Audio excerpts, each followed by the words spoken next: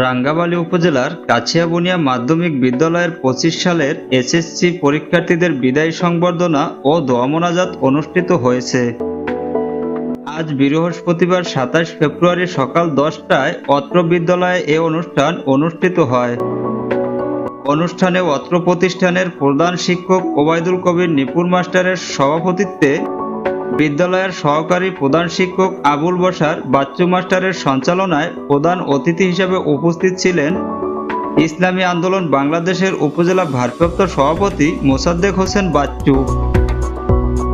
বিশেষ অতিথি হিসেবে উপস্থিত ছিলেন ইসলামী আন্দোলন বাংলাদেশের উপজেলা ভারপ্রাপ্ত সেক্রেটারি মোহাম্মদ শফিকুল আজম, কোটেক স্বপ্নের ঠিকানা প্রকল্প ব্রিজ স্কুলের সুপারভাইজার মারিয়া আক্তার রাখি, চরমন্তাজ সিদ্দিকিয়া দাখিল মাদ্রাসার সিনিয়র শিক্ষক ও রাঙ্গামালী উপজেলা শ্রমিক দলের সিনিয়র যুগ্ম আহ্বায়ক ফিরোজ আলম মুন্সি, রাঙ্গামালী নেসারিয়া দাখিল মাদ্রাসার সিনিয়র শিক্ষক মোহাম্মদ সোহেল রানা।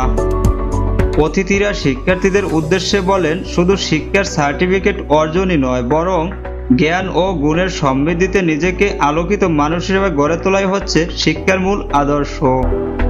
তাই নিজেকে আলোকিত ও ভালো মানুষ হিসেবে প্রতিষ্ঠিত হতে হবে।